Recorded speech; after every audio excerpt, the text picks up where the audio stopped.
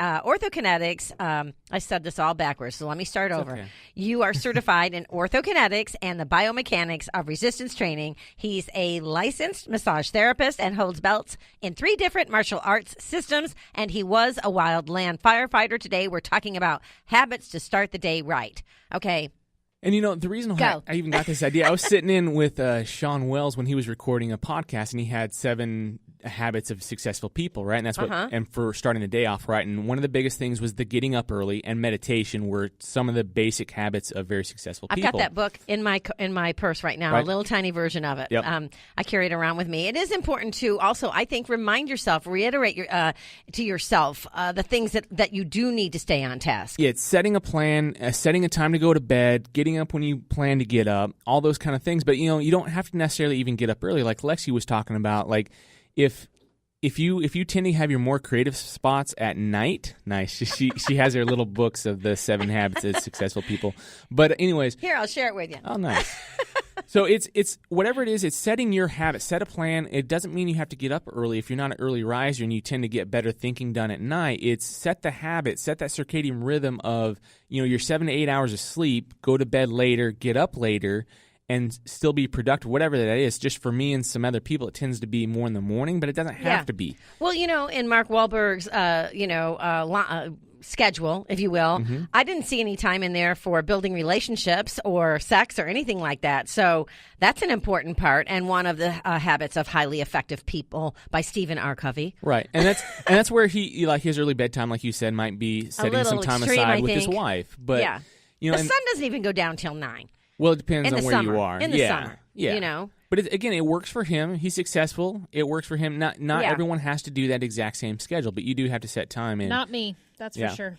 Well, speaking of time management is one of those things that are one of the habits of highly effective people. Huge, because you only have so many hours in the day, and that time management is huge. And that's where you want, like Tim Ferriss talks about in the 4-Hour Work Week, of setting your most important things that you need to get done business-wise first thing in the morning before you ever check your emails, get bogged down with all those little fires you got to put out, is get something accomplished and then move on from there, get the most important things done. Because if you start putting out those fires, then you're less likely to get whatever you needed to really get done that day done, and then you're not going to be successful. Well, one thing about having a very restrictive schedule that you stick to, no one interrupts you, and so you do get a lot done. Yep. I mean, I have several clients that they go into the office way before everyone else goes, and they get in there like 5 a.m. in the morning to get a whole bunch of stuff done before anyone starts bothering them.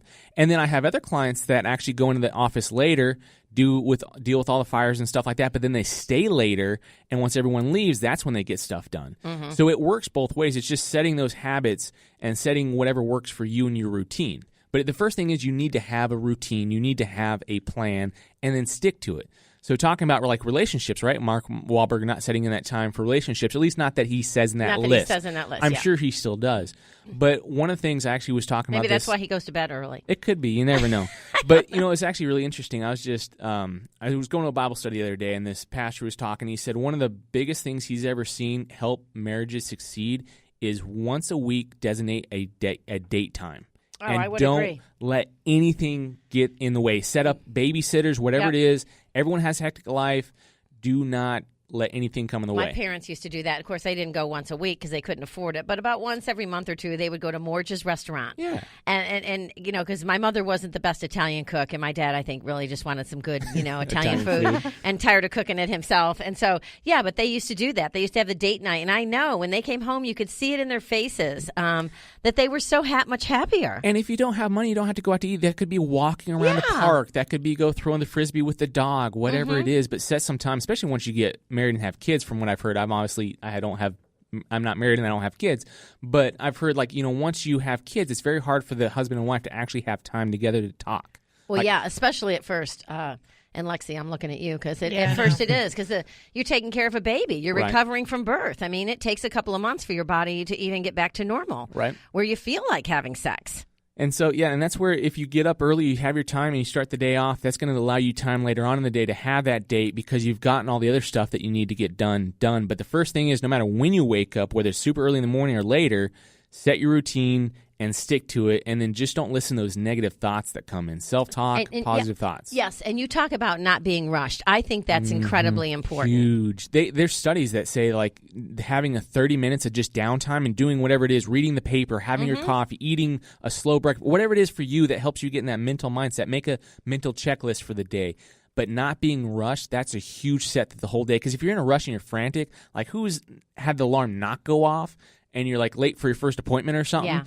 The rest of the day just usually tends to have a snowball effect of not turning out to be that efficient for me, anyways. Well, and for me, I liked, and now this is not starting your day, but this is something that I incorporate into my day, into my weeks, into my months. Is I have designated days that I run errands on. You know, certain times of the week that I specifically use to run errands, and I know I'm not doing anything else during that time. That really helps me to stay organized. I'm the exact same way. Since I get up so early and I live so far out, I leave work early at least once a week, and that's when I do all my shopping and everything else when everyone else is out of the stores. Well, and I think it's good to have a backup meal in the freezer. Not that I typically eat frozen food, but sometimes you just don't have time or something will happen. You don't feel like leaving the house, and that way you have a nutritious meal, hopefully. That's huge. And then for me, too, I just always had the backup plan of fasting. I'll just throw in a fast.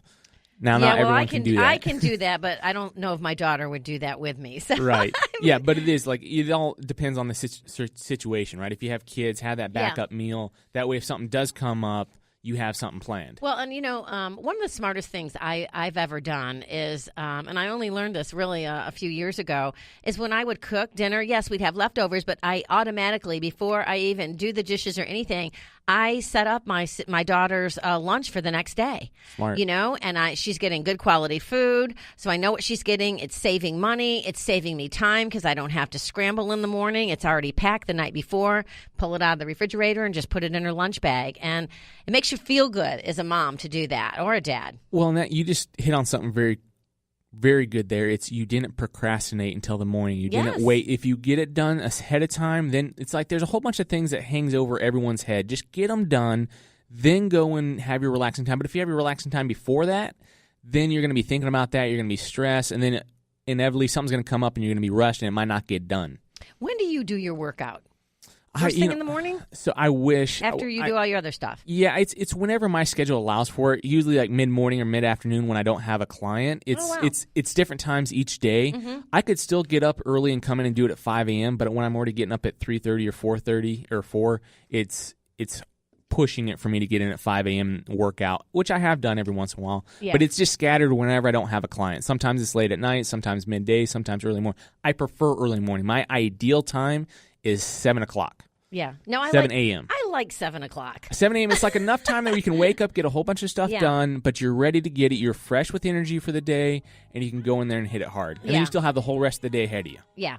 Well, it's always great. Thank you so much, Daniel Tague, for being in studio with us today. Everyone, thank you so much, excuse me, for listening. I want to let you know that you can go to our website, oneliferadio.com, to download and listen to our podcast or subscribe to our newsletter. Go to iHeartMedia.com to listen live from your live or download your free iHeartRadio app and listen to us from anywhere in the world. A big shout out to our sponsors that bring this great programming to you. Great companies like Sun Warrior. Get it at Vitamin Shop or put it in your smoothie at Smoothie King. Sunlight and Saunas. Check them out at Nebraska Furniture Mart. The H-Hemp Company. Use the code OLR to get 20% off your first order. Paleo Magazine, The Wellbeing Journal, the ISSN, and Squatty Potty is back. Get yours today.